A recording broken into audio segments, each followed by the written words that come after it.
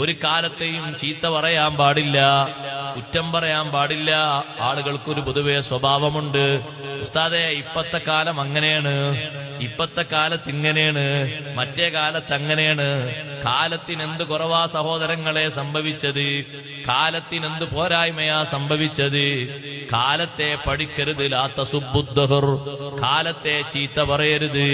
ഫഇന്നഹു ഹുവല്ലാഹ്, കാലം പടച്ച് സംവിധാനിച്ചവൻ അല്ലാഹുവാൻ. കാലത്ത് ചീത്ത പറയാൻ പാടില്ല. കാലത്തിന് അതിന്റെ സൗന്ദര്യം പണ്ടുള്ളതുപോലെ ഇപ്പോഴുണ്ട്, ഒരു കുറവുമില്ല. നമ്മളെന്തിന് കാലത്തിലേക്ക് എല്ലാം ചേരി തീർത്തി പറയണം? ഇപ്പത്തെ കാലം എങ്ങനെയാണ്, ഇപ്പത്തെ കാലം എങ്ങനെയാണെന്നല്ല, കാലക്കാരെ പറയേണ്ടത്. ഷാഫി ഇമാം റളിയല്ലാഹു അൻഹു പറഞ്ഞില്ലേ, നഈബു സമാനനാ വൽ ഐബു ഫീനാ വമാ ലിസമാനിനാ ഐബുൻ സിവാനാ. നമ്മൾ കാലത്തെ പഴിക്കുന്നു, എന്തിനും കാലത്തെ പഴിചാരുന്നു. സത്യത്തിൽ കാലത്തിനൊരു കുറവും ഇല്ല. വൽ ഐബു ഫീനാ, പോരായ്മയുള്ളത് നമ്മിലാണ്. നമ്മിലുള്ള കുറവെന്തിനാണ് കാലത്തിലേക്ക് ചേർത്തി പറയുന്നത്? കാലത്തെ കുറ്റപ്പെടുത്തി സംസാരിക്കരുത്, കാലത്തെ കുറവാക്കി സംസാരിക്കരുത്.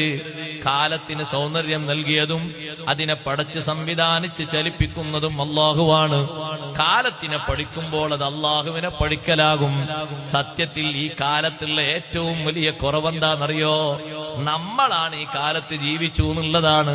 വമാലി സമാനിനാ ഐബുൻ സിവാനാ, നമ്മുടെ ഈ കാലത്തിനൊരു കുറവ് നമ്മൾ മാത്രമാണ്, വേറെ ഒന്നുമല്ല.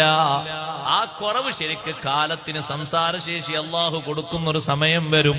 വലൗ നതഖസ്സമാനു ലനാ ഹജാനാ, കാലം നമ്മളോട് തുറന്ന് സംസാരിക്കുന്ന സമയത്ത് നമ്മെ കാലം കളിയാക്കി കറയും.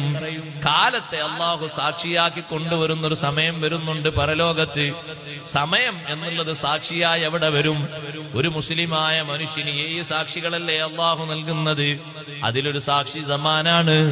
സമാൻ അവിടെ വിളിച്ചു പറയും, കറക്റ്റ് ടൈം പറയും, മണിക്കൂർ പറയും, സെക്കൻഡ് പറയും, മൈക്രോ സെക്കൻഡ് എല്ലാം കൃത്യമായി വിവരിച്ചു പറയും.